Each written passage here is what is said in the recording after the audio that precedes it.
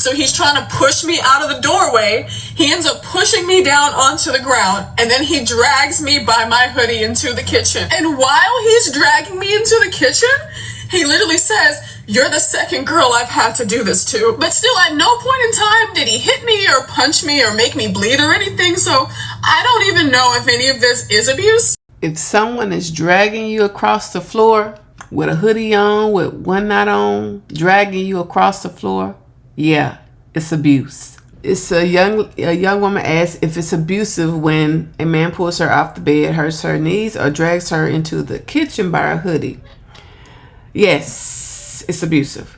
But today I'm going to do a handle with care quiz where we're going to be discussing this, coming with select all, another select all that apply. I like doing select all that apply. They're pretty cool. With outcomes and solutions to this young lady. She asked a question and I'm here to answer. So we about to get started. We got to get started. Of course, my room, I have my weights, my shoes, and my videos ain't gonna be perfect, y'all, but I just like getting on here and doing my thing. So let's go. Advice, and I need someone to tell me if you feel like this is abusive behavior. Over the past 2.5 months, I've been talking to a guy that I really liked. Like, I really liked him.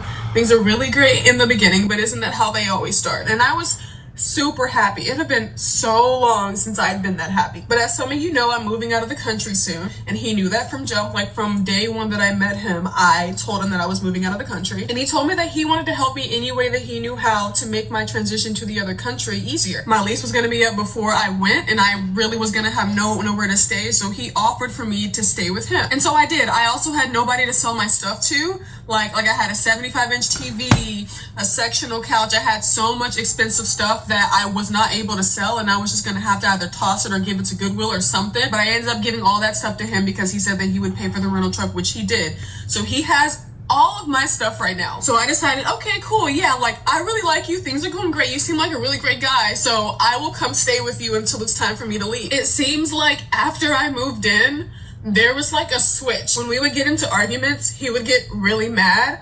And if he got so mad to the point that it was making me uncomfortable and I didn't want to engage in the conversation anymore, he would get madder because he wanted us to have a conversation about it. The first red flag was I was driving him to his parents' house. He has a car, but you know, we just chose to drive my car. We're literally on the same street as his parents. So he ends up taking his house key off my key. He ends up going to his dad's house and he's like, you're not going back into my house. So now I have nowhere to stay. And I just stay sitting there for maybe like 20 minutes and I drive around.